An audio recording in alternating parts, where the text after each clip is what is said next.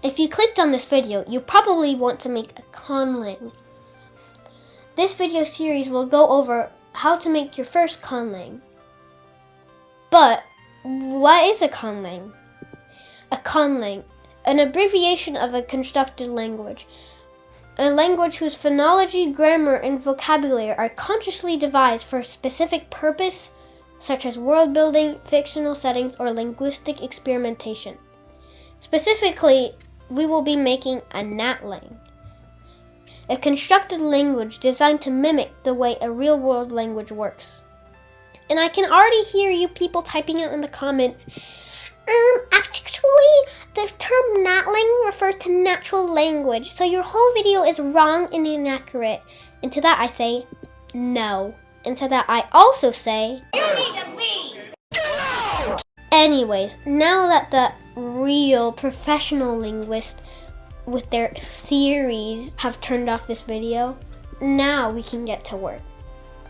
Quick disclaimer. This tutorial assumes you already know the IPA, International Phonetic Alphabet. If you don't, go take a 10-minute crash course on it. Seriously, it's not that hard. We won't be using English transcriptions. They're inaccurate, ugly, trash, and boring. Who were we talking about again? Oh yeah. Series overview.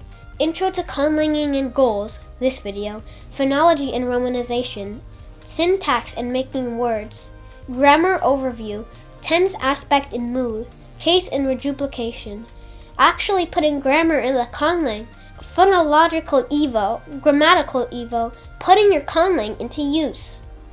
Comment like, actually it's pronunciation and not pronunciation, so your whole video is wrong and inaccurate.